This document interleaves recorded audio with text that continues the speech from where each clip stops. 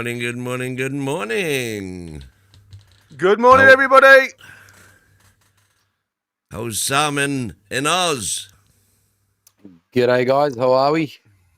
Fabulous. We're as well as can be expected under the circumstances, Doctor. Yeah, indeed. I hope everybody is well out there in Viewerland. It's me, the Mighty Win, Jody Yami and me, Mighty Win, and Sam Zayden out there in Oz. Late evening for him, obviously early mornings for us in the UK. We're going to obviously have the presser as soon as we get it coming to you guys live. Well, hopefully the stream is good. You can never tell these days with the streams that we get from UK. But like I say, let's get into everything that we need to get into, and then we'll crack on with the show. So welcome to everybody watching across all of the platforms. Thanks to everybody that works in the background. Don't forget, people out there in Viewerland, smash that like button for us if you enjoy the show. It just helps us get further. Subscribe, totally free. Hit that bell for future content, like you get your 30-minute warning. Like I say, when we're going live, it's always live, never edited. Hit that. If you want to, you can support us by becoming a member. It's a small monthly fee. That's if you can afford to do so. If you've got a question for any of us during the show, then put a Q in front of it. It ain't guaranteed, by the way. So if you do want to guarantee it, then throw us a Talk TV super chat. Use that $sign, follow the instructions. You know how to do that. Anybody that becomes a member during the show, or any of our lovely members that gift them out there, will also be highlighted and thanked as we go. So there you go. We're all done. The housework is done. Just before we came on air, Sam, you were showing signs of frustration. It's like the Mighty Win yesterday. He's been pulled by Jeffo and Boki into that darker side, and he keeps on telling me he's not my father. Are you? Oh no! Again, you know, it's frustrating being a fan at this present moment in time because we never know where we are. Highs with the Man City, then, you know, it's like somebody's pulled that stool from underneath your feet against Marseille. So, typical Newcastle season, if I'm honest with you. Nothing really changes being a fan of the Toon. Is it the fact, though, that Eddie now just needs to find a solution to the current ways and get a run of games going? I mean, these games are going to come thick and fast. So we are going to now start to see the good and bad of the Eddie signings, if you like, because, like I say, these are all Eddie players now, apart from a few. What we should start to see now is a bit more rotation. Like I say, they've only got one midweek free week in 4 months, the way it's looking, if all of the current games go according to plan. So it's going to be a tough 4 months for Newcastle with the current limitations. So we should be okay, but it's all about questioning whether we've got a manager that's capable of managing the team. And I think that's where everybody's frustration is. Because highs and lows, it's like, great, you know, we are yo-yo fans. But what's your thoughts now? You've seen, I mean, I know, like I say, you are one of the happy clappers out there in Oz, and you're always supporting the team. But even this morning, listening to you, I can see chinks in that armour, mate. There's chinks coming. Mate, I think it's already came, to be honest. Look, it's very frustrating. Like, especially, like I said, waking up in the times that we wake up to watch games and to see performances like that, it's, mate, like, it's tough enough to watch them at night, let alone 3 o'clock in the morning. I mean, but whenever you do that and then you wake up and you watch performances like that, you just sort of question life. You just question, like, what am I doing? Like, is it worth me waking up to watch the games if we're going to play like that? But then whenever you wake up and you watch the Man City game, you're like, this is what I wake up for. But then you watch the Marseille game and you're like, I should be sleeping. I shouldn't be watching this, you know? Yeah. But in saying that, I question Eddie Howe's management and squad selection. I mean, what came out today in Trippier being out, now going to be out for, I think, a few months. Well, it could be 4 weeks. It could be 4 weeks, longer. so about a month.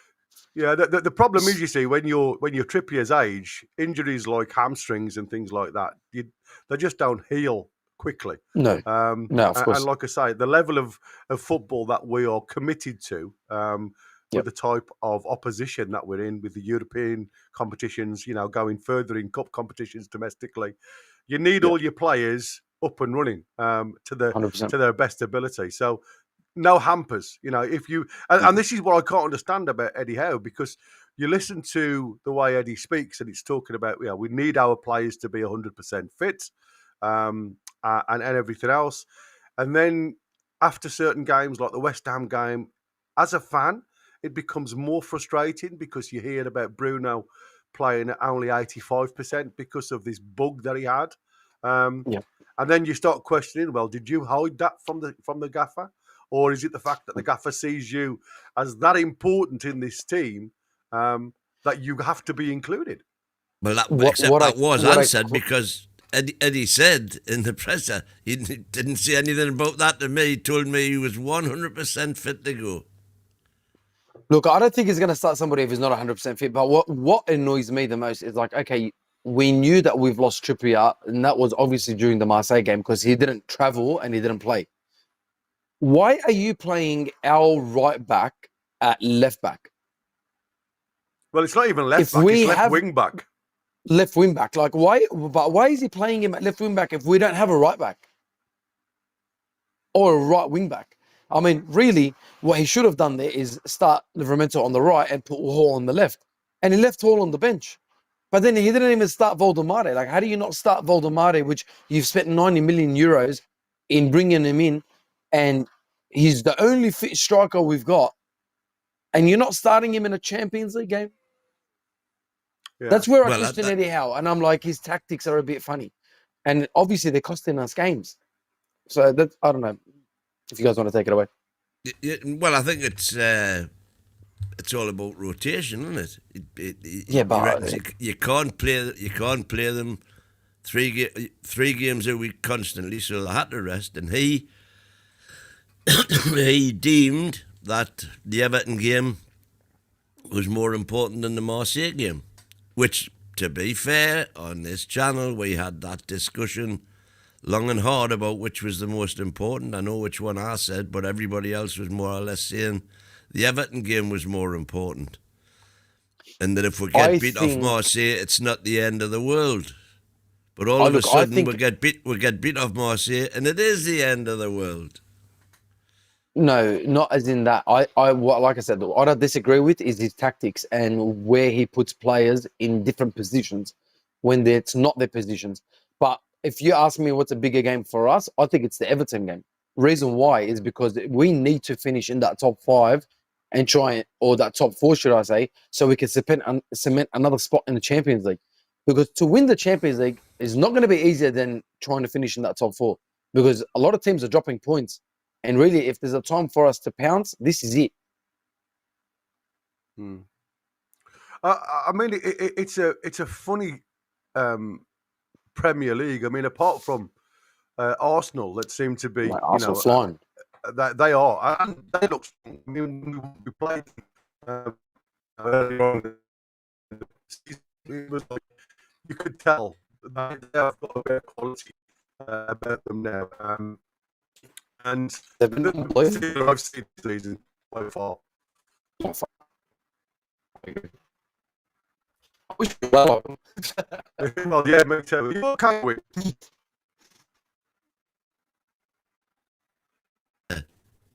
Screen, everybody's going off, but we'll right, okay. Hopefully. Oh, it keeps jumping in and out. I don't know what's happening with your stream, but you keep literally jumping in and out. So there's, I don't know whether you want to jump out and refresh, and then come back in and do, because there is definitely something wrong, and we don't want that before the start of the show. Win's a magician. He's doing the disappearing act. Absolutely, mate. He is the magician. If I was going to ask you, I don't know whether you see much of our shows on an evening, mate. I know you, Corey, comes in and out now and again, but we were talking about the fixture congestion coming up, and how important it is now to try and keep as much of the squad together.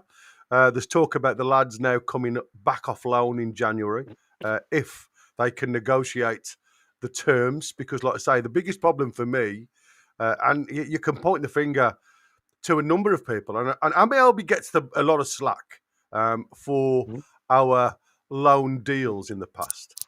But I want to know, being a head coach, Eddie Howe, and when you're talking about players going out on loan, why there is no contractual negotiation regarding game time, regarding the potential recall, things like that.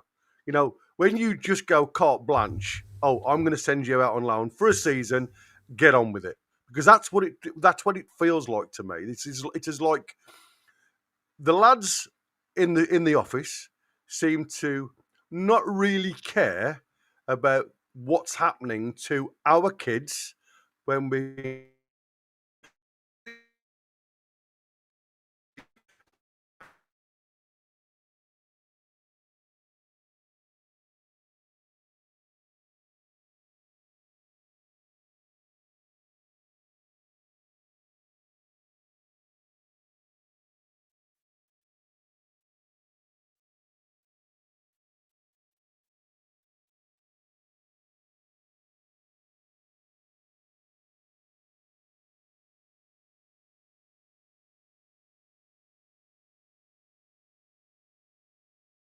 more than happy to see us or their teams utilise youth and bring in. It's all about management of minutes. But they're having a go. At least they're putting them in the spotlight for very brief moments and giving it them. I don't think our kids are being well looked after. That's how it feels to me. It's like it's us and them, and we are not conjoined. Now, I might be totally wrong, but that's the impression that they're giving me with the way they're being dealt with. It's a bit of a funny situation, isn't it? Look, I don't think our academy has been good for a very long time. So I think that might be an issue. I mean, if there is a place that the club needs to invest in, it's probably our academy. And in saying that as well, maybe they're just not good enough. I mean, who from the Newcastle academy have really hit the spotlight or have gone out on loan and literally, like Minte last season, as an example, we signed him, but we loaned him out, but he was playing. Maybe these players, whenever they do sign these contracts, all right, if you're good enough to play, you play. Not, all right, we're going to give you minutes, even though you're not good enough. But, I mean, it just doesn't make sense to me. I just don't think the players are good enough for them to maybe make the first team or play in the first team of a different club. I'm not sure, to be honest with you. I couldn't really tell you. Yeah, it's definitely a place we need to invest money.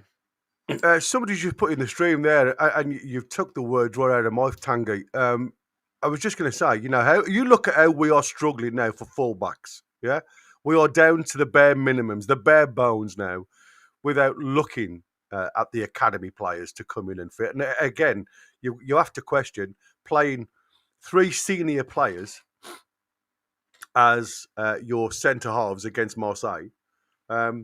Should we not have then considered bringing in?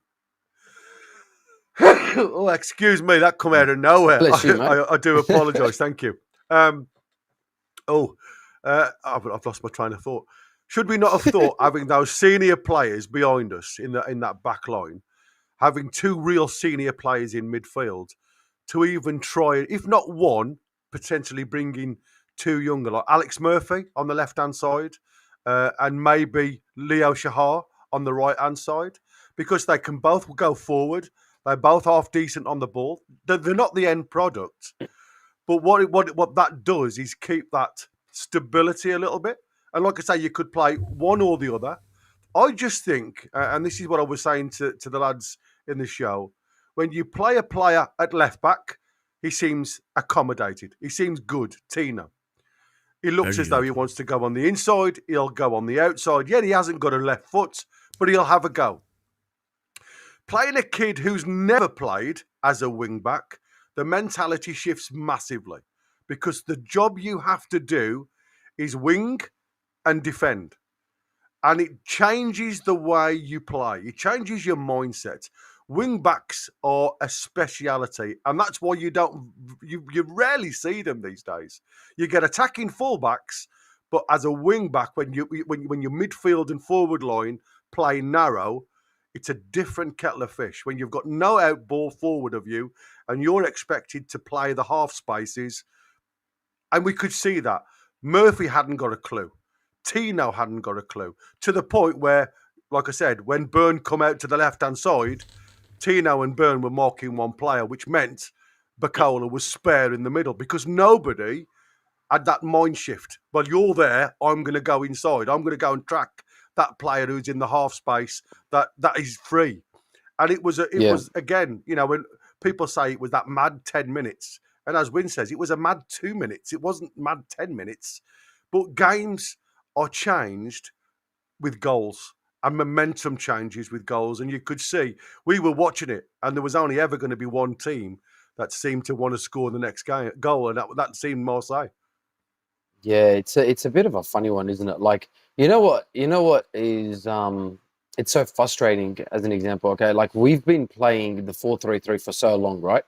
These players have adapted to that formation. So whenever you go and you switch that formation to a back five, it literally throws everything you know out the window. So these guys just got to adjust for this game on that formation.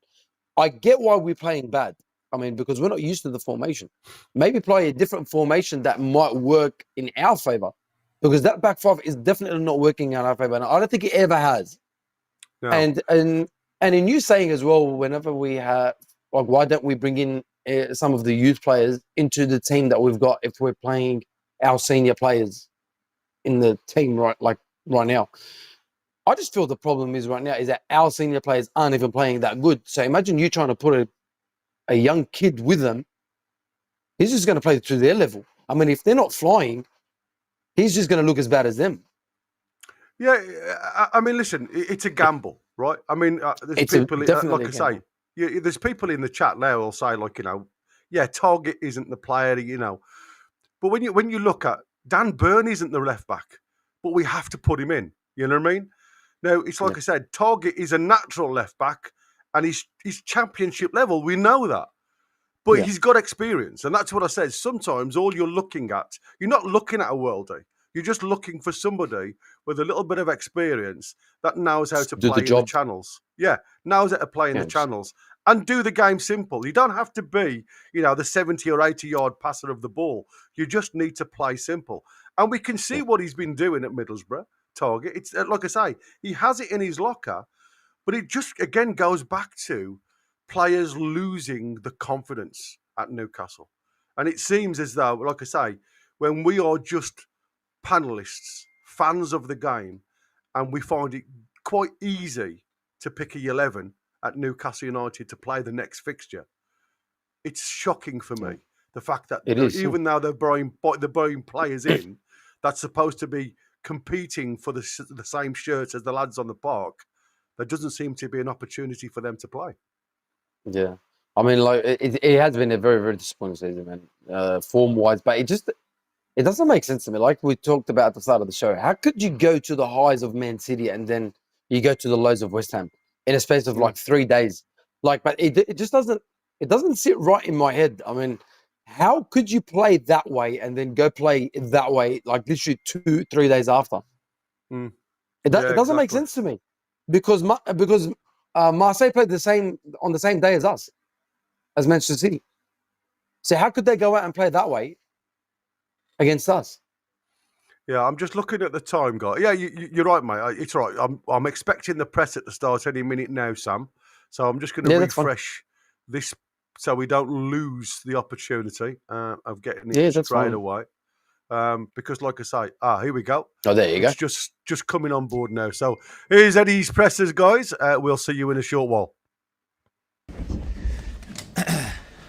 How are we? Yeah, good. Did you expect it? This is the problem. It started off as a joke. Now I'm going to do it. Absolutely. Hi guys, you okay? Morning, Eddie. Right. Morning, Lee. Morning, Craig. Hello. Good morning, morning. How are you? It's catching on. morning, everyone. Welcome back. Same order as usual. We'll start with Razor, please. Thanks. Good morning, Eddie. Hi, we just check, are there any fresh injuries, any new problems from the match the other night? Nothing major, I don't think, from the game. We'll obviously have a good look at the lads today. We've got Sven Botman's been nursing a bit of a back problem the last few days. Apart from that, I think we're the same. Do you have any more clarity on the extent of Kieran Trippier's injury and how long you may be without him for? Yeah, he had a scan on his hamstring. We think it's roughly around a month, give or take. That's the diagnosis. Fingers crossed we can get him back quickly.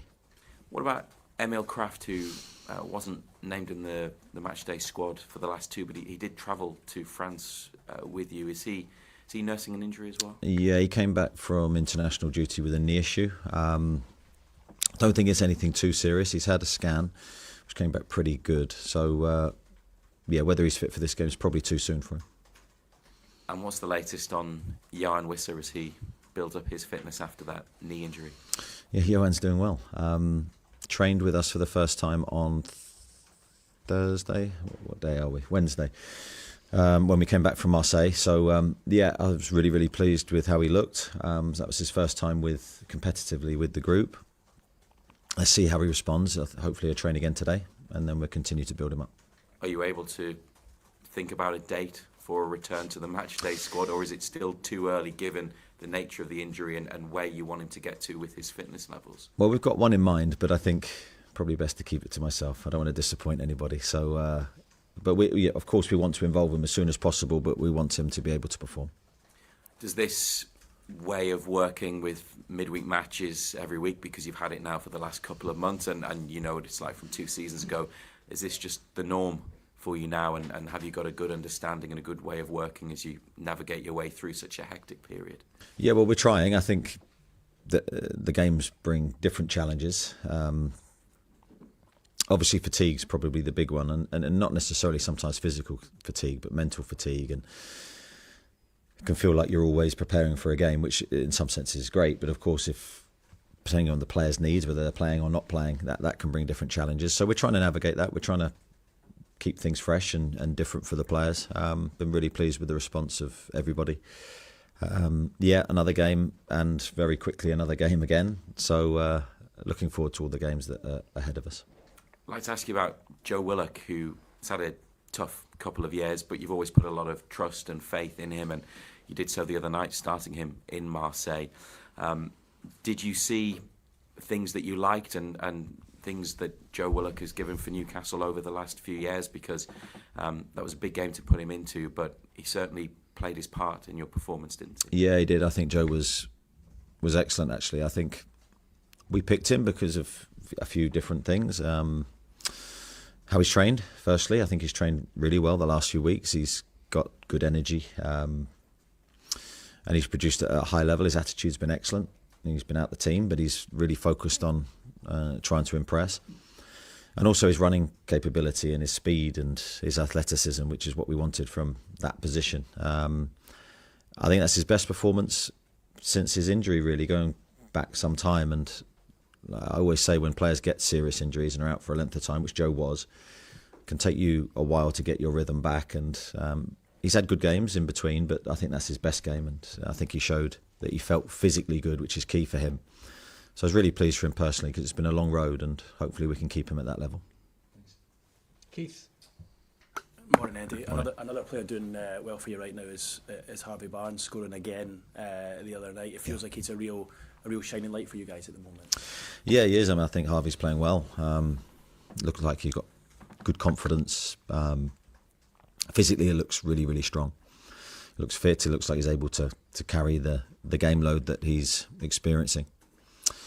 Always, as I said many times with Harvey, he's a goal creator and a really good finisher. And I think you saw that again on Tuesday. It was a fantastic finish off his left foot. And when you put that together with his 2 Manchester City goals in quick succession, I think he's banging form, and hopefully that continues.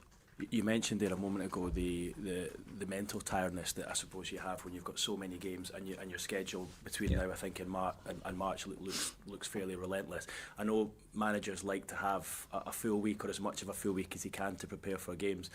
How are you dealing with the games just coming thick and fast, and like I suppose the last 2 days in particular, being back from Marseille, which felt like a trip that took a lot out of the players?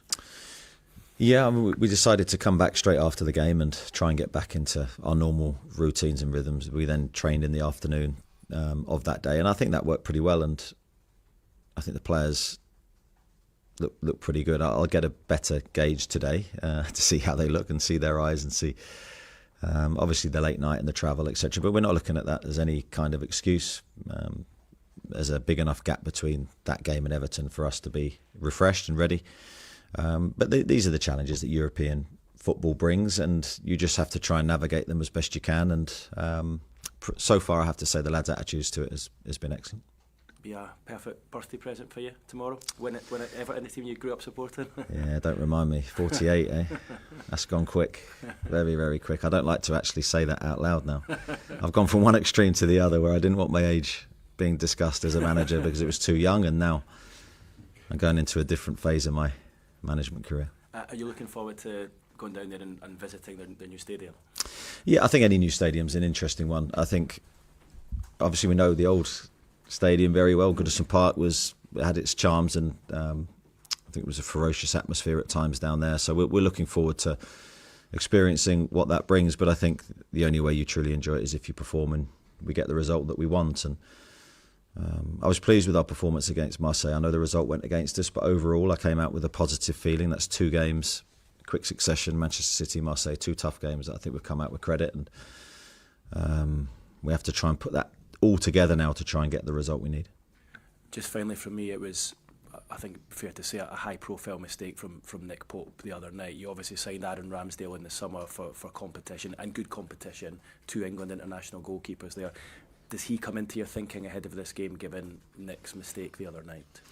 Well, all options, of course, are on the table for me. I need to, as I always do with the team selection, think long and hard about who I pick.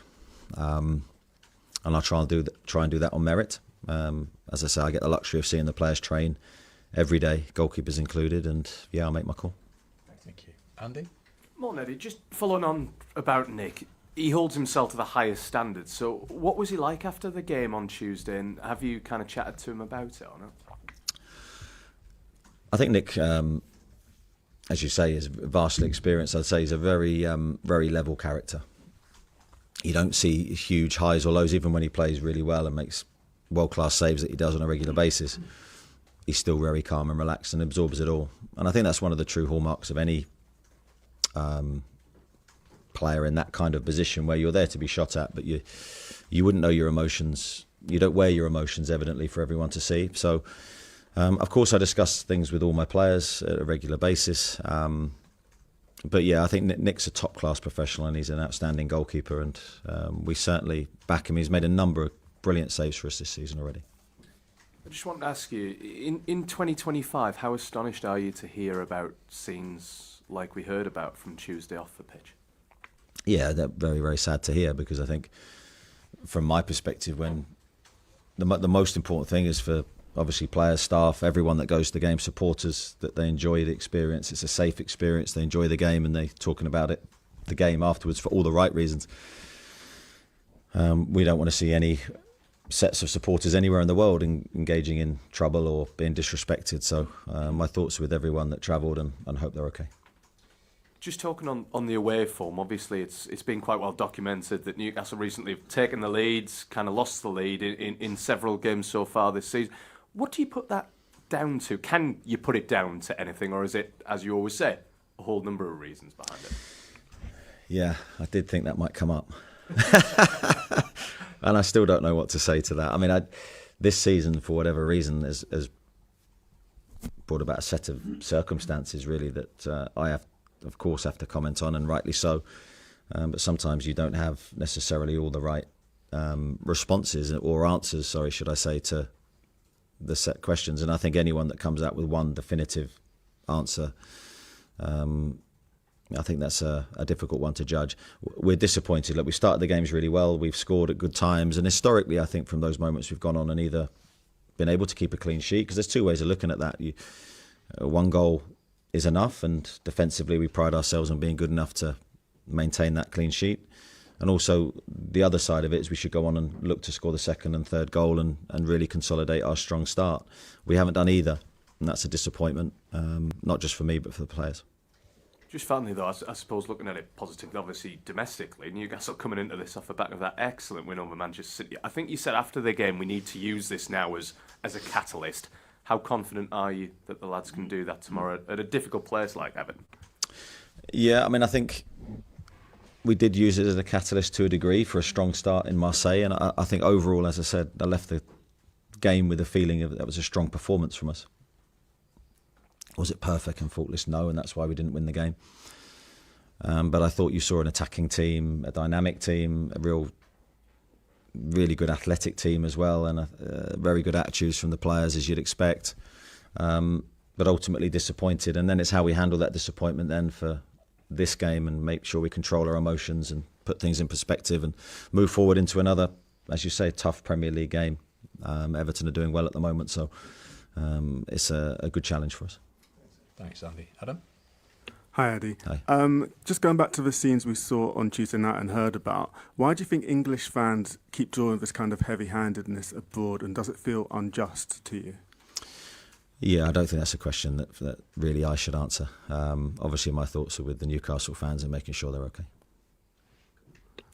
With regards to Nick Pope, as some guys have asked as well, is it harder to rotate goalkeepers given the singularity of their position, or is it the same as rotating any other part of your team?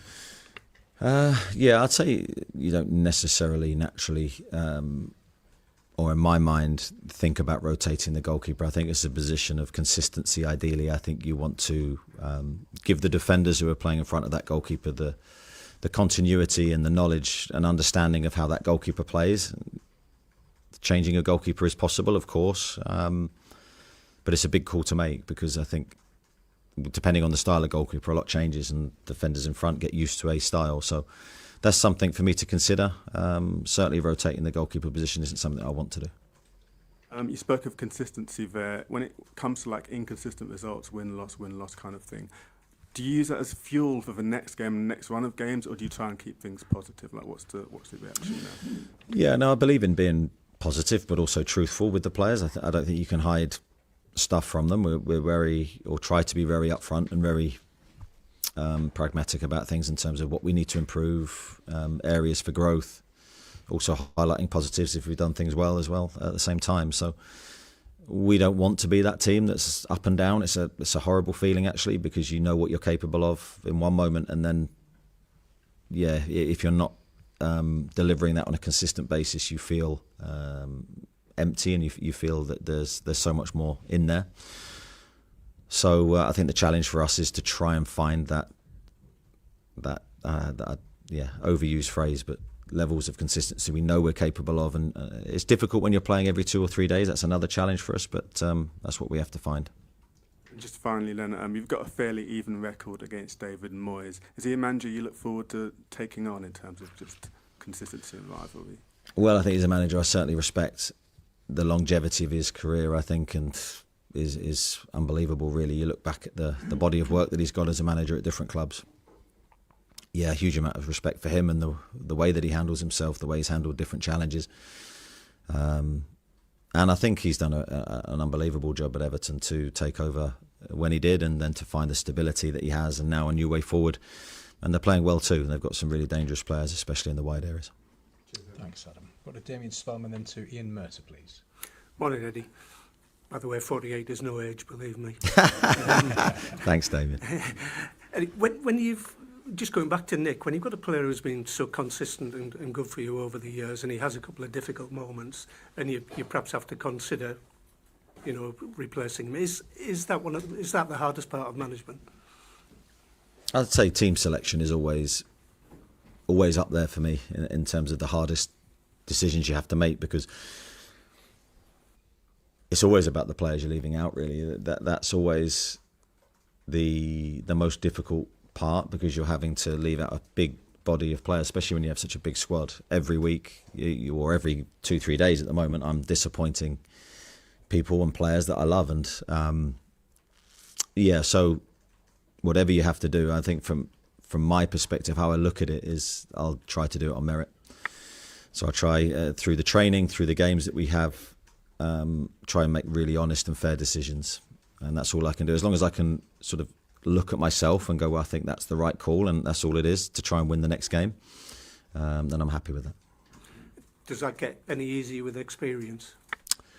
I think it probably does, because I think you look at it less personally and more just purely at the football and the results. I think, I've found a routine and a way of delivering those decisions that works for me. Thank you. Ian? I'll go further than Damien. 48 is very young, by the way.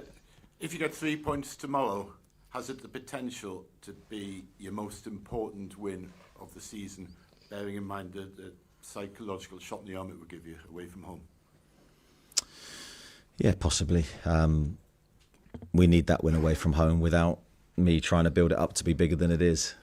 Any win in the Premier League, back-to-back wins especially, are transformative, and especially with how tight the league is this year. So beating Manchester City was a brilliant thing for us on many levels. But the feeling straight afterwards, we have to try and back it up. We have to try and use the victory for the greater good and the long-term objectives we have. So we move past the Champions League back into the Premier League, and this is a big game.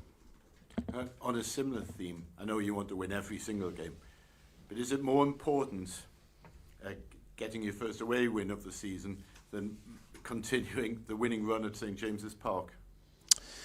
Yeah, I can't look at it that way. I think any win is greatly appreciated. We don't want to turn negative towards our home form. Our home form is very strong. We need to maintain that strength. Of course, we need to look at, in my opinion, every game individually. This is the next game for us. It's an away game. We want to try and win it. Simple as that. And I don't want to build it up to be something it's not. Thanks, Ian. We've got Lee Ryder, Jordan Cronin, and then Chris Waff, please. Eddie, I think Kevin Keegan actually said once that you've got to give the Newcastle fans what they want, and at the minute they're all calling for a goalkeeping change. How much do you look into that sort of philosophy, or have you got to stay sort of shielded from it behind the scenes? Yeah, well, of course I respect the supporters' opinions, but ultimately I'm paid to do the job, and alone I have to wrestle with my thoughts always, and it's never a sort of 100% to zero decision. There's always counter thoughts and processes I go through, and it's never easy because you're dealing with good players on many different levels and many different positions. So while I acknowledge the supporters' opinion, potentially, I don't really know, because I don't tend to go there, because then my decision making will be swayed, and I think I have to stay true to myself. And obviously Ramsdale came in the summer. What was the plan for him? Obviously he's on loan but could turn into a permanent, but what does he actually have to do to get in, and is Nick Pope aware of the processes that you were talking about? Would it come as a surprise to him if, say, he wasn't playing at the weekend? Yeah, I'm not going to go into hypothetical situations with Nick and Aaron. Aaron's role here was to come in and compete and fight and show what a good goalkeeper is, and train well and add to the group, bring good harmony, bring his energy, because he's a really positive guy, all those things, and he's done that, and I've been really, really pleased with him. But Nick's an outstanding goalkeeper too, so is Aaron. We've got two great players for the position, and it's up to me to choose. Thank you. Jordan? Morning, just one on Anthony Gordon's form. What does he have to do to get back to the form that we've seen from him, particularly 2 years ago? Yeah, I think with Anthony, I think it's a case the same with any player. He has to train well. The training performances of any player is an indicator of what they're going to do in the games.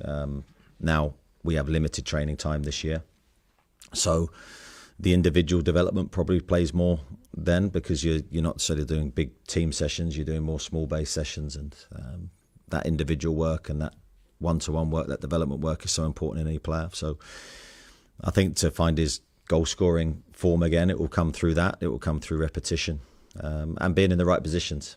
If you look at just Harvey's goals in recent weeks, his positioning has been very good. He's ended up with a different array of goals, and sometimes you just need one to kickstart yourself. Yeah, you filled in a striker midweek. Is there any update on Willis Sula in terms of that striker position and his fitness? Yeah, Will is, I think he's okay. He's been to see a specialist on Monday, I believe, to get sort of an update on his ankle. He's still feeling a little bit of pain in there, even though sort of all the scans have come back clear. So we hope that he'll be pain-free, and then we can build him up and he'll be back pretty quickly. Thank you. Chris? Morning, Eddie. On Anthony, obviously last season he went back to his former club and he took the penalty, which was saved. Does that come into your thoughts for this? Is that something that you think he would react positively to and want to make a reaction to, or is it something where you would think maybe that would cloud his judgment and maybe you wouldn't select him tomorrow? No, I think you judge it by form. You judge it by how the player's looking in this moment, not necessarily that it's his former club. Or I don't tend to sort of look at it like that, although sometimes that can be if you're absolutely 50-50 on a call, that can sway you maybe one way or the other. Yeah, of course I know his history with Everton and you know how he feels. And you selected him ahead of Nick Voldemort in midweek. You said that was to do with resting Nick. Is he fully fine? Is he available to start if necessary tomorrow? Yeah, Nick's feeling good.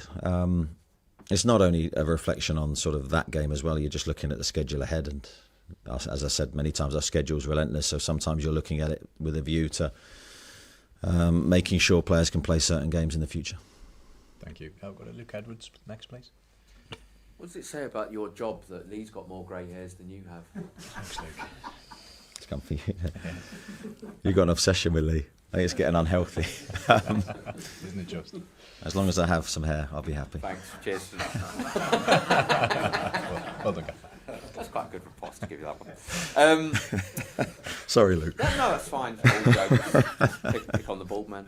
I'm throwing my train of thought now. You're aware of the schedule, but it is particularly grueling now. I think there's 32 games you could play between now and the end of March if you progress in the Carabao Cup. Is it fair to say that you haven't yet, as a team, as a squad, got that balance right? Have really proved that you can cope with that level of games so far? Judging by our results, you mean? Yeah. Yeah.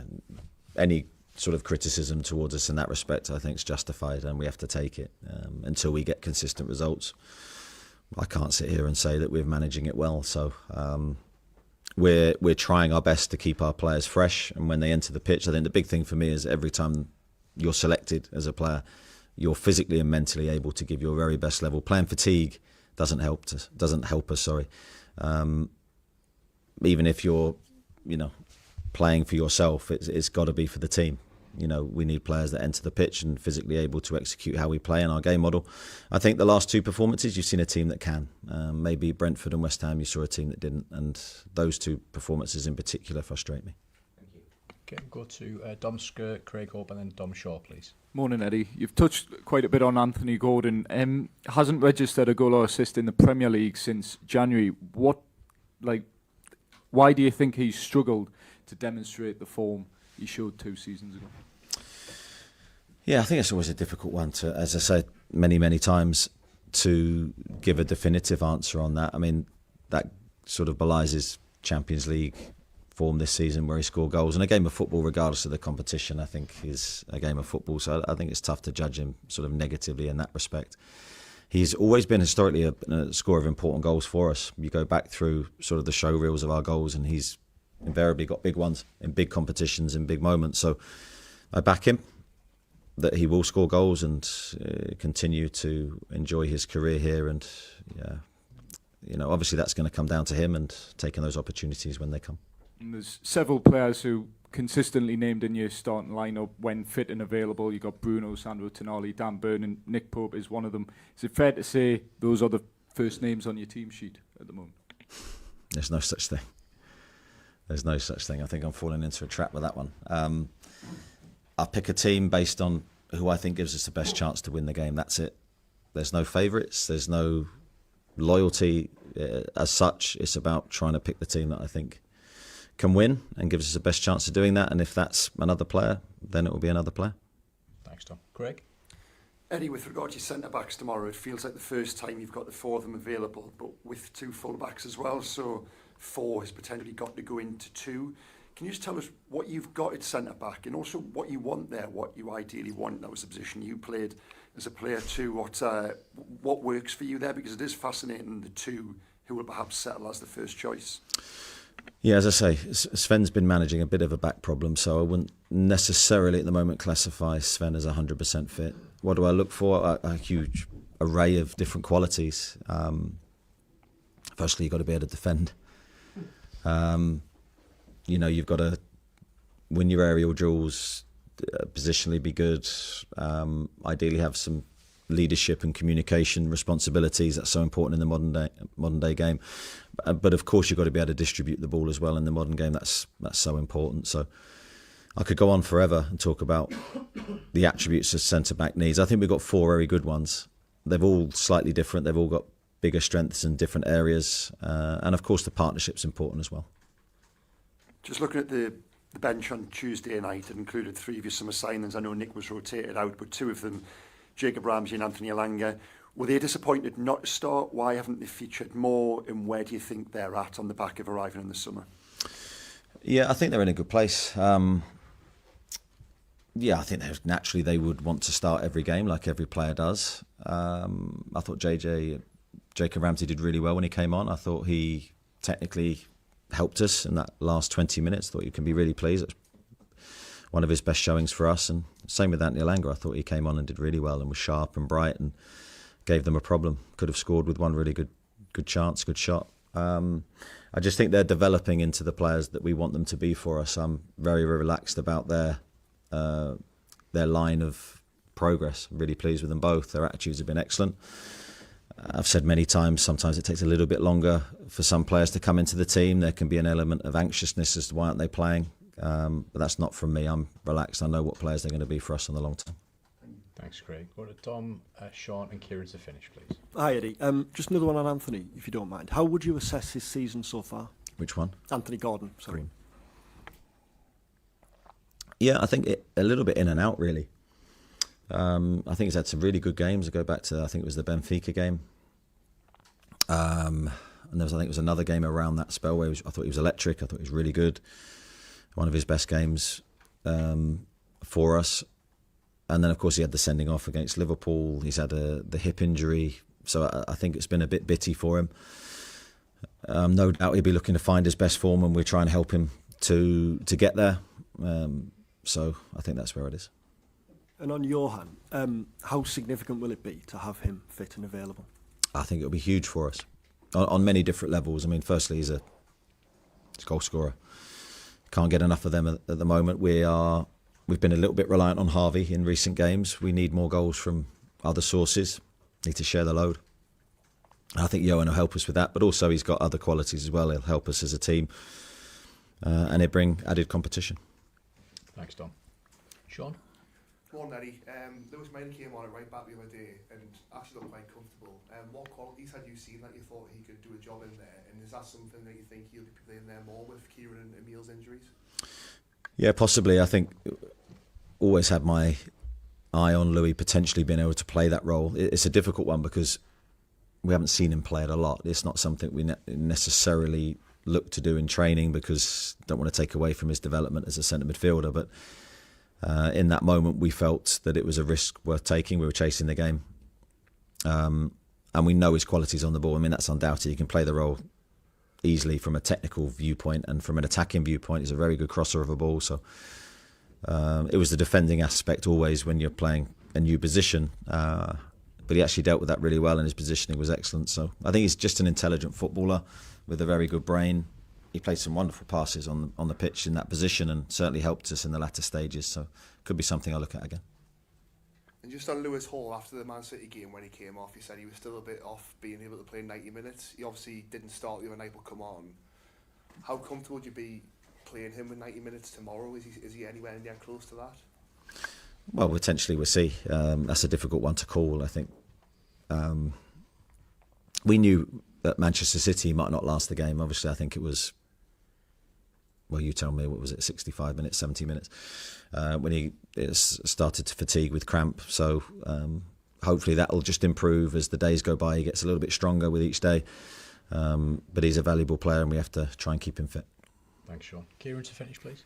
Morning. Just ask, how did you feel when you heard about what happened to the fans in Marseille, and how important was it for the club to put out a statement and potentially lodge a complaint? Yeah, desperately disappointed because, as I said, the one thing you want from your supporters is to go to the game, feel safe and enjoy the football match alone and then travel home safely. And we really appreciate the support from all the away supporters, you know, to come the distance they did. I'm sure the travel wouldn't have been easy regardless of when you do it. It's extreme effort, it's extreme loyalty. And one thing we feel we should deliver for them is safety. So desperately disappointed that's not happened.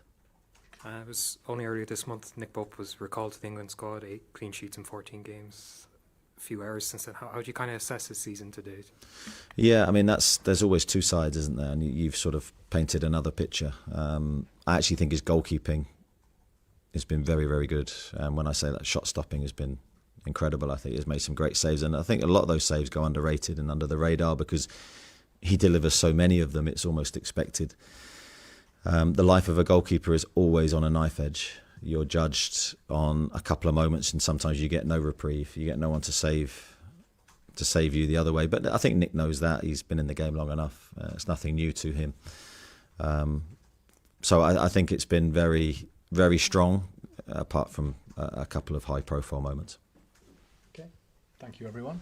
Hope we see you tomorrow and see you Thank Monday you. night as well. Thanks a lot. Okay, well, it took a while for the questions to appear, but when they appeared, it seemed a little bit uncomfortable at times for Sir Eddie. There's some interesting stuff in the chat, and if I can, I am going to go and have a look at everybody's comments in the chat in a moment, okay? But Sam, first of all, what was your thoughts, mate? Have you just heard the presser? Little bit monotone, our Eddie out today. Didn't look his impressive best. I do think, though, that we've got a real good admirer of our Eddie in the chat there, saying that he looks good for 48. I must say, I'll give him 10 years and he's got more wrinkles than me, bless him. Especially managing us. Yeah, no grey area. I mean, listen, the questions in the presser at the start I thought were typical. Everybody swerving the nitty-gritty. But it does look like the Shield Gazette really stood on his toes a little bit. The journos had a couple of harsh questions that Eddie seemed to struggle to answer comfortably. So while I just load these starred questions, starred opinions that I've done while I was listening to Eddie Howe, what I'm going to do then is I'm going to go right back to the start of the presser and we'll go through some of the responses individually from that. But just give me your thoughts from what you saw, mate. What I saw was he's definitely going to start Nick Pope. I mean, he didn't say anything about changing a goalkeeper, or he likes to stick with the goalkeeper. So most likely Nick Pope is definitely starting against Everton. And whenever the favouritism, I mean, there is favouritism in the squad. Obviously, you're going to play your best players.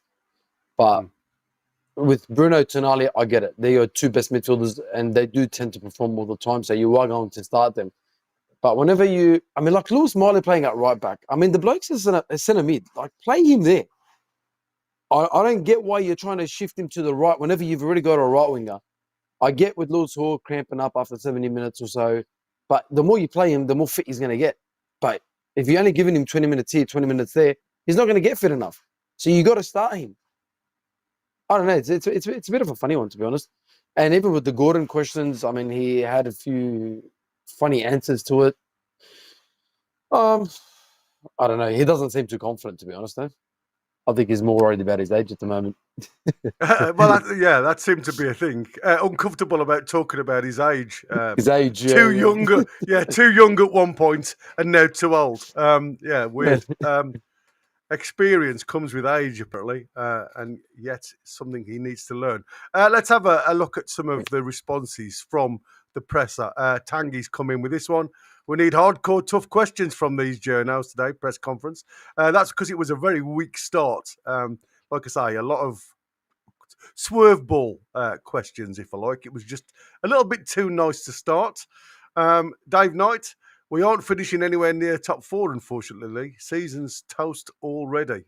So again, we go back to that point of a lot of fans that sat on the fence, not in or out, seem to be moving or falling off that fence, and it's one side or the other now. Kev Bell, what's the point of qualifying for the Champions League, though, if we're not prepared to do anything when we get there? The Marseille game was huge, and that we're near enough through. And I think, this is where everybody was saying, what was the important game?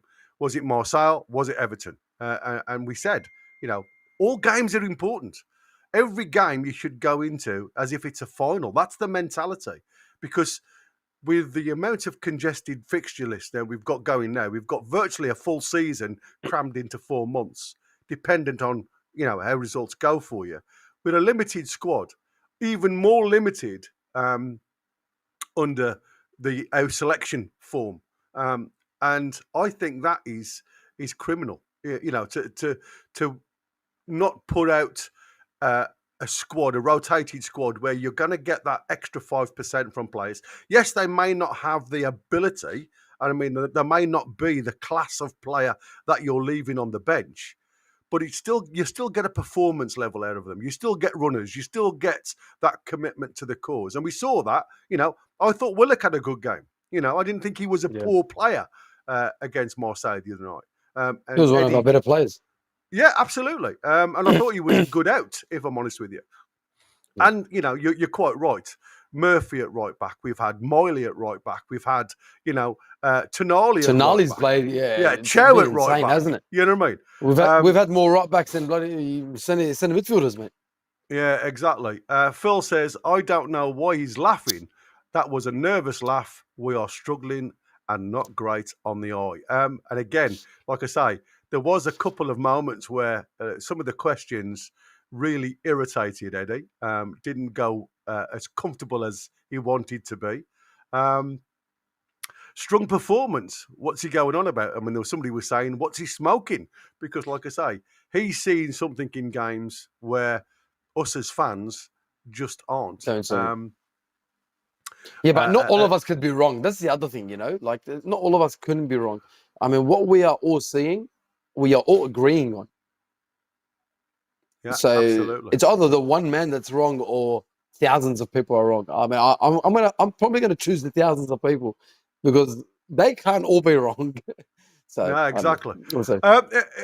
Anybody that was wondering where what's happened to Win, bless him, he's having terrible internet connections. He's been in and out all through the presser, and it was spoiling the watch for him. So he's just going to stay out because he's worried about it spoiling our stream. So bless him. He's in the background. Don't worry. He is still listening, I hope. So we'll take it from there. Christina Cage, she's got a soft spot for our Eddie, our Christina. Yeah, but the current style is constant anxiety in case Pope does something wild. See, I mean, like I say, Christina is a happy supporter of Eddie. And like I said, like Win, you're always going to have people that really support Eddie Howe because of his manner. He's a gentleman. We can see that. He handles himself really well. I'm going to come to a classic. There's a classic one-liner that somebody's put. And I think you've hit the nail on the head, and I'll come to that in a minute. Balky's put, that's a great message to Ramsdale. Basically, you have no chance. Of course, you can change the keeper. I want to go on. Somebody's put something in the chat in a minute, and it confuses the life out of me what Eddie said about Pope. Giving confidence to defenders, they don't have any with Pope in goal. It's crazy. So again, everybody's worried about the way Pope is behaving. EH definitely doesn't look at social media. If he did, he wouldn't be playing Pope in goal. So that was, I think, part of the question when he says, are you going to be the same as Keegan, where they said the fans, what the fans say should be listened to. The fans should have a say in what's going on. Now, there's a bit of a curveball on that, and I've just seen somebody in there questioning, are we true fans? You know, what level of coaching or football are we at as fans? Well, like I say, you know, when you look across the board, it seems as though, and again, I may be wrong, but maybe it is our channel that see more of a critique towards some of the things that we are watching regarding football, rather than the happy clapper, you know, let's just accept what we're watching. I watch football and have coached football at a high level. I've got my badges. Yeah, I haven't been involved in football for 30 years, hands-on, but it still doesn't stop me watching the game and being able to critique parts of the game that I see failing. And everybody in the chat seems to be of the same mentality. And like I say, individuals, that's not everybody's going to be on the happy, you know, merry-go-round and accept what we are seeing. I understand 100%. If you go out there and try and you've lost, bear with me a second, mate, because I've got somebody at the door. There's a person at my. That's right. I'll take over. I don't know who it is, to be fair. So I'll let somebody else answer that door. Phil says you're out of your depth. Go on. It's a bit of a funny one. Like, okay, obviously the more you watch the game, the more you're going to understand the game. And we all watch basically all the games, I'm assuming. Well, I do anyway. So you are going to look at it tactically, where we could be better and where we perform better. You know, like with putting players in their wrong positions is never a good sign. Like we said, we've had 6 different right backs and none of them have worked except for 10 and Livramento. No, play it's in there. crazy. Like, you know what I mean? Like we're crying for players to just play in their spots and their positions and leave them there. Like, yeah, you're right. What do we know? Crazy. Yeah, it's madness. Phil saying that you're out of your depth. Who's our free kick taker? We need an elite No one. goalkeeper, ISA. Yeah, exactly. Mate, I don't think we've scored a free kick in probably 3 seasons. No. Well, like I say, it doesn't look like we've got a direct free kick taker at all. We don't. We don't. You know, it seems as though that's something that we just don't do anymore. Tanguy saying you make it hard to select a team, Eddie, because you haven't got the guts to drop your favourites. And as you heard from Eddie, he has no favourites. You know, he looks at the style of play in training, what their output is, the type of performance they've done in previous games. He's not seeing what I'm seeing then. Yeah, he did say as well, I feel sad for the people that I usually tend to leave out because I've got a good relationship with them. Mate, at the end of the day, we want to win games of football. It doesn't matter who you disappoint. You need to play your best players. It's that simple. Whoever's performing gets to play. But the problem is nobody's performing. So I guess that's why it keeps rotating the squad. So yeah, but it's like you said, though, you know, they have to perform. They have to give us something to chew on. Now, we've seen, you know, for me, Bruno's been one of our best players. He's been one of our worst players at times. There's times where you have to pull a player out, regardless of what his nature is, what his game is, what his you know, his stature is within the team, whether you're a captain or not. Sometimes by giving them a kick up the backside and resting them, it'll give them that little bit of a knock to get them motivated again, to get back in the team. That's what it's about. At the minute, all I see is the 11 that we started the season with, and the lads that he's brought in, he's paid lots of money for. These guys have got no opportunity to get into this team at this present moment in time, apart from bit parts. They are going to come into the team and play bit part sessions. Like that is not the way to build a squad.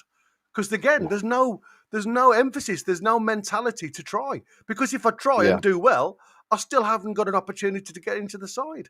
It is criminal. Yeah, it is.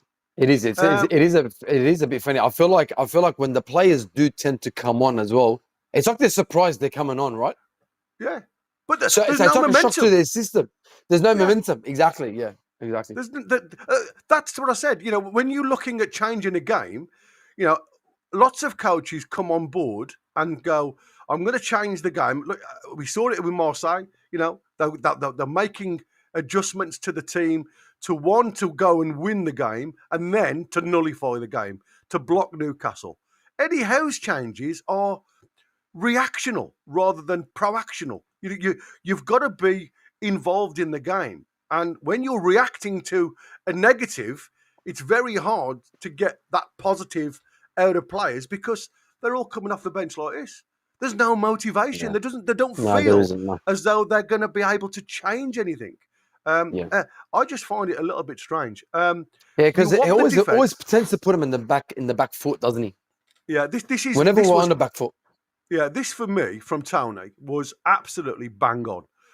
You want the defence to be comfortable with a goalkeeper by keeping the same one, as Eddie Howe says. You know, with changing the goalkeeper or rotation of goalkeeper, the defenders sometimes don't understand his role and everything else around him. Question: how can that work when you have a defensive merry-go-round? Now, again, absolutely spot on. When you're playing players in different positions in a back four, in a back five, surely the goalkeeping situation isn't the problem because you're changing such what you call a stable position at the back into an confused state. So the goalkeeping situation is absolutely immaterial. Whether whoever's playing in the back, in between the sticks, and you're making that many changes in front of that, you're causing confusion straight away anyway, because Pope doesn't really know how they're going to play in that formation. So that was a absolutely spot on question from Tony T. Yeah, because definitely the goalkeeper is just as good as your defense, 100%. Yeah. Phil is going, where's the passion? Where's the hunger gone? He looks past his sell-by date. That's what I said. Very monotone. Didn't really have that zest, that character at all today. Rob Bartley, nice bloke, but will never be a top manager. And again, you know, it's like I said, he seems to be, you know, like I say, I am everybody's friend. And you can't really be that as a coach. Alexandra, you can't listen to fans' views as everyone has a different one. The problem is he needs to pick the best player for the correct game. And I think that was where the journalists were questioning, you know, are you Kevin Keegan? Do you listen to what fans say? And that was more or less aimed at the Pope Ramsdale scenario. And like I say, there's an element that you can listen to the critiques out there and you can justify.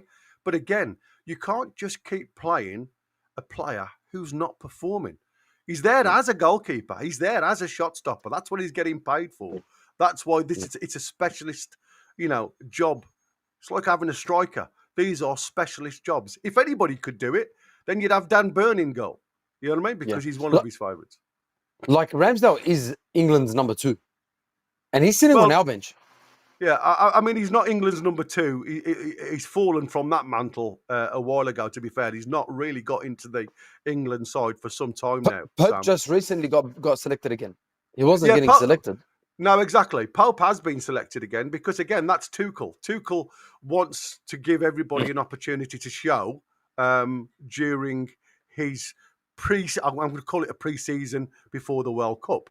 And I understand that by giving players, you know, keeping players on the toes, by bringing players in and out. It gives everybody the opportunity to come and have a look at the England camp, and it gives everybody a different perspective. You know, it's like a pat on the back. You've been selected, so there's an opportunity for you potentially if you keep going the way you're going.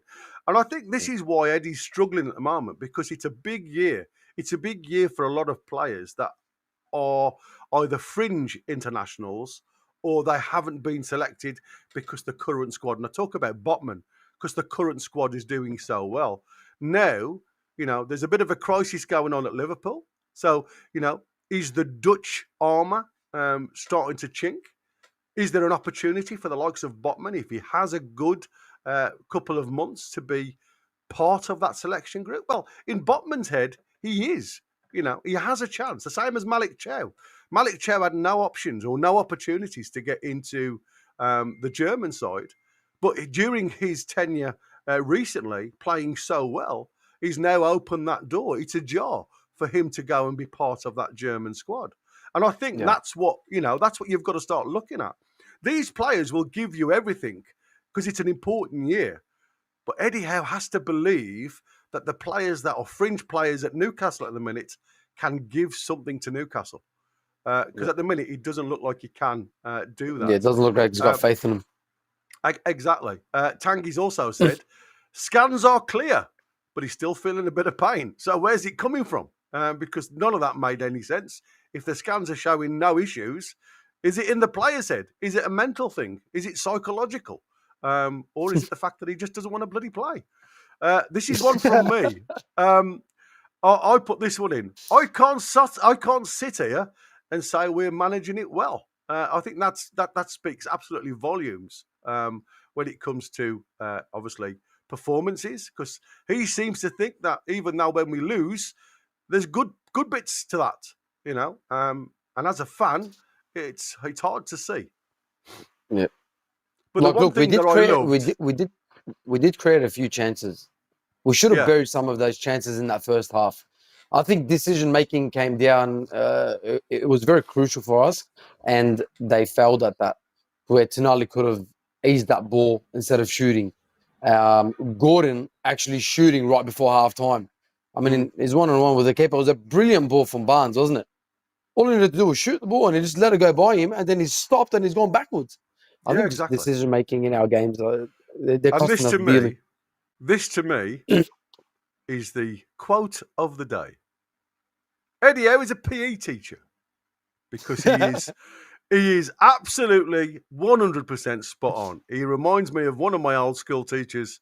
And I'll tell you something now, who was very much like Eddie, very, like I say, very bubbly type of character, spoke very well, and always tried to get the best out of you when you were playing footy. I thought that was excellent. So let's go back to a couple of things that were mentioned in the presser. And we go back, we know about Trippier. It's going to be about a month, could be up to 6 weeks, potentially. Then there was the Emil Kraft injury. He'd come back from international duty with a knee issue. So it's something that he picked up while away. He doesn't think it was too serious. He's had a scan, but this game will probably be too soon. So Emil Kraft definitely not involved in the game. Obviously, we go on to the Wissa situation then. And again, he says he's got a time in his mind, but he doesn't want to say it because he doesn't want to prepare fans to be let down, because I still think there's something about AFCON round the corner where Eddie Howe will potentially try and elongate the Wissa's missing to try and stop him going to AFCON. I have that feeling, and I think that's the reasons why Eddie Howe didn't want to come forth and give us a timeline. How on the difficult schedules, the games brings different challenges. Fatigue is the big one, and not always necessarily physical fatigue, but mental fatigue, because it always feels like you're preparing for a game. We are trying to keep things fresh. It's another game, and then very quickly, there's another game again. And that's what we're talking about. If you're not willing to play the players that you've got as a squad, as in rotation, as in changing a formation to suit the players that gets the best out of those players, and not play them in the wrong position, as you said before, Sam, then surely that's the reasons why you bring them into your team. Yeah, 100%. But even with that, man, like if the big squads can do it, why can't we do it? There's about 9 other teams that are doing it. Absolutely. But most of them are flying a lot higher than what we're doing. It's not that their team's better than ours. They're just underperforming. I couldn't tell you what it is, and I don't think it's mental fatigue. I'm telling you, it's the decision making sometimes. But it comes down to the decisions. I think mental fatigue does come into it, and that's why I said sometimes when you get players playing 72 hours, you put everything out against Man City. I think 3 changes against Marseille was criminal. They needed more fresh impetus from players from the bench, because certain players looked like they were running through mud, and that comes with mental fatigue. It's not physical fatigue, because you're you're constantly bombarded with thoughts. You know, you're trying to prepare again a different. If you think about it, it was two totally different games, wasn't it? Man City and Marseille. So Mate, when you're unbelievable. setting up for Man City and you're playing a tactic against Man City with this 4-3-3, and then the gaffer 72 hours later changes it to a 5-4-1, that fatigue mentally to try and get the best out of that shape of team changes what you can input in that game. And that's why I said, if you're making that many changes, you need to change the personnel within them changes, because you're not going to get the best out of the same individuals that performed against Man City. It's a change of mentality massively. I think us, whenever we led 1-0 at half-time against Marseille, he should have made changes at half-time, because you could see it. You could see what was happening. They were controlling the game. They were creating chances. It was about time, like, it was just a matter of time they were going to score goals. I mean, but, mate, he came too early in the second half, didn't it? I mean, two within absolutely. 4 minutes. Oh, wow. I think he should have made changes in that, like, at the start of the second half. Yeah, I agree, mate. I agree. And like I say, I just think it was too little too late when he did try and make something happen, you know? And that's the thing. My little kitten is trying to wreck my stream. I know he's an absolute tiger. How on Joe Willock and again about his performances against Marseille. Attitude was good in training, so give him a run out. And I must admit, I thought his attitude on that right hand side, again, not a position that we see him. I thought he was one of those players that did turn up against Marseille. So because it was fresh. Yeah, absolutely. That's what I said. Fresh impetus, fresh mindset, and go and play it. And go and play in a position that he doesn't frequent, frequently. So if you think about it, he's more of a left-sided midfielder, more of a central midfielder, than throwing him out on the right midfield, and he plays so well. And you're thinking, well, hold on, doesn't that show where we're lacking, where we're missing, just that freshness? Obviously, he goes on to talk about Harvey Barnes' form and how he hopes that continues. And we've all said, Harvey Barnes at the minute has scored some absolutely critical goals for us, even coming off the bench, seemed to get us out the mire a number of times. And obviously, he goes on to talk about the Everton game and about the preparation. We decided to come straight back after the game and try to get back into a normal routine and rhythm. So they flew back on Tuesday night. I thought the players looked well, and we will get the better gauge today. So obviously when they come back to training today, he's going to gauge them and pick a team going into tomorrow. At the new stadium, any new stadium is an interesting one. We know the old stadium very well, and it had its charms and its very ferocious atmosphere down there. The only way we will truly enjoy it is if we put in a performance and get a result. And again, that's a scenario where you're looking at, and I think at the minute Everton have turned a corner, and when they turn this corner, whether that's because of a new ground, there just seems to be a new development going on at Everton. So they're on a bit of a crest of a wave at the moment. Eddie Howe needs to pick a team that's going to nullify what Everton can bring to the table. And it's about getting that freshness, getting that togetherness, if you like, and going out there and putting on a performance. But surely that comes from getting the right mindset. It's about getting all of his team together, starting with the leadership group, emphasising how important this game is, and spreading that across the rest of the team. Surely. Yeah. Look, I think so too. Look, I think Tino has to be on the right. Howe has to start on the left. I mean, that's when we play our best football, and you can see it. And we saw it against City. Yeah. And you saw we missed that against Marseille. Like, they need to start in those positions. I think they are the most important players in our team. Yeah. At this minute. Well, they are, because they give you an out. That's what I said. When you've got static 100%. fullbacks and you're playing a flat four, you've got no out because you've got too much of a gap between your midfield then and your three up front, if you like. And then what you get, you see, because they have to come out wide to be receivers, and then it isolates your centre pin, which is your centre forward. So there's a problem with that system if you haven't got, forward-thinking fullbacks, because they fill that half space. And that's why you get the likes of J7 coming out too far wide on that left-hand side at times. And that then makes our midfield pair very vulnerable. And then, 100%. as you saw against Marseille, you had one person in that mid centre circle because everybody else had gone out to try and fill the void. Very, very strange setup. It is a very strange setup, definitely. How on Nick Pope's decision tomorrow? All options are on the table, he said. I need to think long and hard about who I pick, and I will try and do that on merit. I get the luxury of seeing the players every day, goalkeepers included. I think Nick is vastly experienced and very level character. You don't see huge highs or lows. He's very relaxed and absorbs it all. Of course, I discuss things with all my players, but Nick is a top-class professional and an outstanding goalkeeper. And he has made a number of top-class saves for us this season. And in the chat, all you saw was, well, Nick Pope starts tomorrow. 100%. That's all I saw. Yep, absolutely. And I think that is exactly where, when you're looking at that phrase, and the very next question was obviously how on rotating goalkeepers. You don't necessarily, naturally rotate goalkeepers.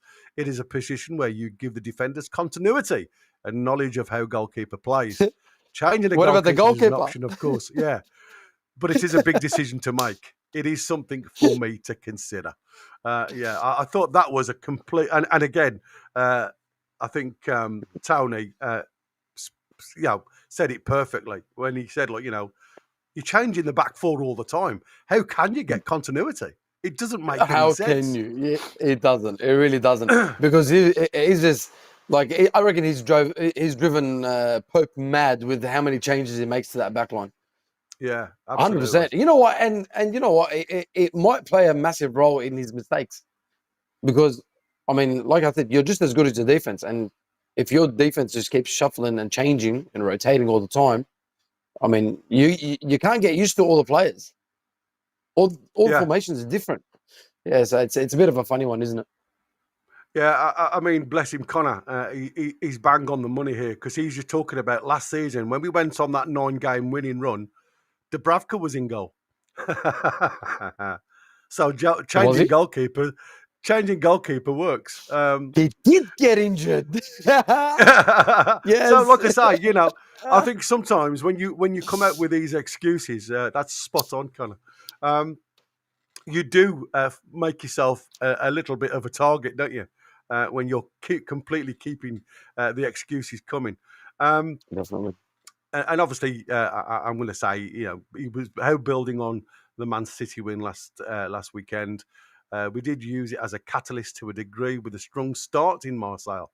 Overall, I thought it was a strong performance from us. It wasn't perfect because we didn't win the game. So it's about how we handle that disappointment for this game and move forward towards another tough Premier League game. Now, again, it's about managing games, and that comes from him. It comes from the coach. And like I said, why when you're winning, do you still then want to go on and score a second, a third, or a fourth? It's like, for me, and the question is, do you listen to the fans?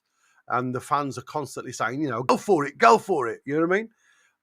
It seems as though Eddie wants to be in with the fans when it comes to exciting football, in with the fans when it comes to winning 5-6-0 type of thing. But it's about managing what you've got. And like I say, you're in Europe. It's a different category of game. It's an important game, but it's an important in a different level. So for me, it's a case of go and get that goal early because you've quietened the crowd down. You've gone in at half time, 1-0 up. That's when you start saying, use the ball. Don't keep running across the park. Keep your shape. Just use the ball. Play it backwards if you need to. Draw them on and let's get behind them. Let's counter them. We saw it with PSV against Liverpool. You know what I mean? Perfect way of playing a game. And and they go on to win 4-1. And that to me, like I said, when I look at what Eddie's trying to do, he's trying to do, what's right for the fans and what the fans want to see. But it's absolutely leaving us wide open to keep losing games. And I mean, the question come at him, why do you think we're losing so many away games? And I think it's just about the style of football. That is all it is. It's that you, but you that's can't what's happened. keep playing the way you play at home, away from home. Yeah, but we're not doing that though. I mean, whenever we're playing away from home and we get that first goal, we tend to sit back and we don't hold the ball anymore. We just we're going to defense mode. And it's been like that. It was like that against West Ham. It was like that against Brentford. It was like that against Marseille. I mean, we've seen it more than a few times this season. Yeah, instead of us, but that's what I'm saying. If you're starting the game the way you started it and we're scoring a goal, why not continue with it? Why stop and back off? Yeah, it doesn't. We should be going at it. That's when we play our best football. Is when we're relentlessly going at a team. And as you see, once we sit back, we concede goals. We lose games. I think we've dropped the most points for winning positions this season out of any club in the Premier League. Yeah, easy. I mean, somebody put on social media that already this season we've lost 9 points because of a goalkeeping error. So that's insane. You look at that, 3 wins from goalkeeping errors, and that puts you We're in second a on different the perspective. table. different perspective on how Eddie Howe's job looks, isn't it? Insane. And then all of a sudden, he comes up with all these excuses. Listen, like I say, Sam, I find some of these pressers now a little bit gut-wrenching. And I was so happy from how it started, which was, like I say, very eggshell. Let's walk on eggshells. Let's not make it hard for Eddie. To the lads then really turning the screw and making Eddie look uncomfortable. Because I think sometimes the journos are also fans. They're not all. They're not always there just to write an article. Sometimes when you listen to these guys or you watch these guys in some of their social media stuff, you can see it hurts them too. And they are led by their heart at times. So I want to hear some of that uncomfortableness, but what I don't want to hear is the usual Eddie Howe monotone. There doesn't seem to be the passion there. There doesn't seem to be the drive there. And like I say, I criticised Pep for doing what he did with our players when we played against Man City. I didn't like the way he handled the cameraman. But he does show an element of desire.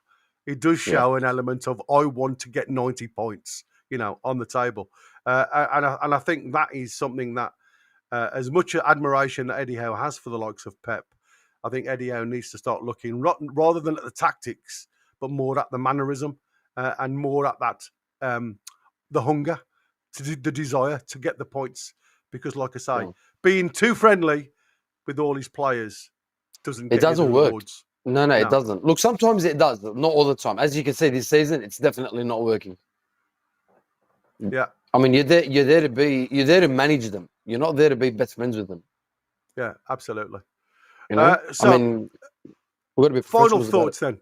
Final thoughts, Sam, on what you've just witnessed, and your final thoughts on the Everton game.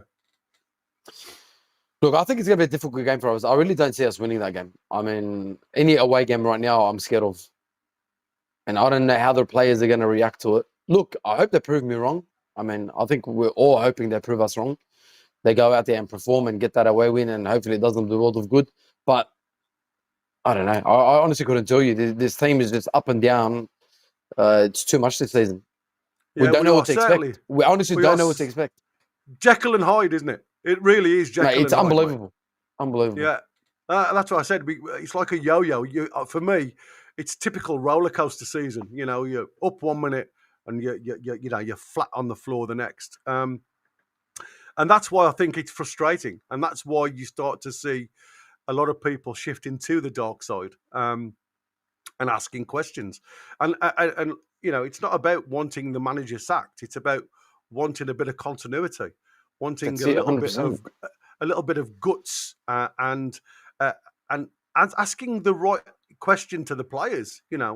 And again, we aren't privy of what happens behind the scenes, mate. You know, and that's something that is apparently common knowledge, that Eddie isn't as gentle, the gentleman behind the scenes in the dressing room post-match. But I certainly don't see a reaction from him, if that is the case.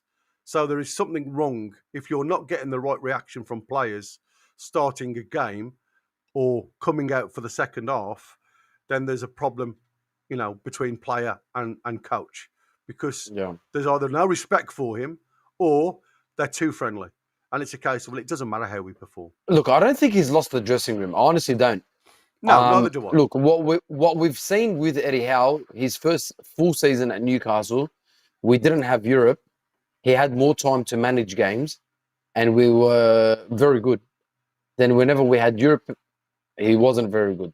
Then we had no Europe, and then he was very good again. So I think he might be that type of manager where he needs a full week to prepare for games, let alone the 3 games. So, I mean, it's not looking good for Eddie Howe, to be honest. No. I'm just going to finish on this one because it's a good one that's just come in. My only problem with Eddie is Pope. As for goals, the players are not taking their chances. Otherwise, it won't matter what Pope does. Yeah, and that's true. You know, listen, there is an element, blame Howe, not me, says Colton. And the last but lost, like, because obviously we lost the mighty, and like I say, I want to end on that. So we are going to call it a day for today. Like I say, we are back tomorrow with a live watch along, so come and watch us then. I'm not sure whether the lads are going to be doing the disco ball tonight, because like I say, it is Friday, so I don't know whether they're going to do a Friday bash. I'm sure if you've hit the bell, if they are, you will get notifications that they're going on board 30 minutes before that happens. So, like I say, do it, because any news that we get forward, if it is important, then we'll jump on board anyway. I do want to leave you with a little bit of news that's come from the under-21 prospects. They're attracting serious interest from clubs in League One, League Two, and the Scottish Premiership, Championship, according to the Gazette. Players like Heffernan, Neve, Murphy, MacArthur, Shahar are all potential candidates for loan moves to gain senior experience next month, as will be any returning youngsters like Cordero, Sanusi or Herms. Under-21 coach Adam Lawrence confirms the academy role is to energise the first team, and supported players like Max Thompson, Harrison Ashby will need minutes. So getting them on loan will be the perfect solution.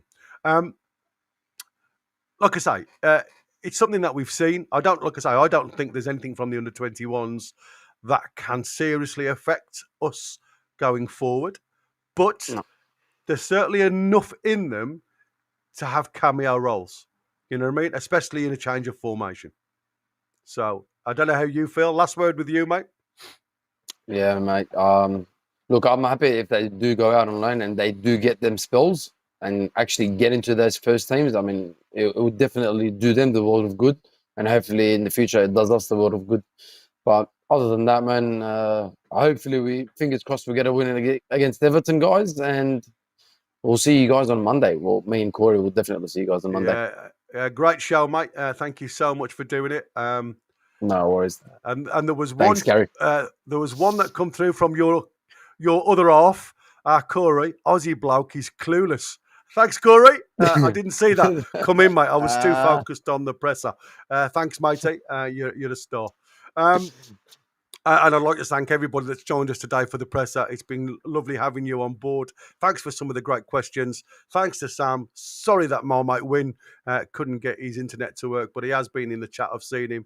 Like I say, there's a chance that the lads will be on later on with a live dance along. And like I say, tomorrow we'll be back on 4:30 for the live watch along, an hour before kickoff against Everton at the new stadium. So again, join us there, where we'll do kick-by-kick commentary.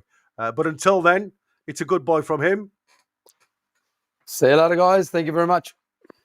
And it's away the lasses, lads and bairns. Take care all. Have a lovely Friday, and I'll see you on the next one. Have a great weekend. Care.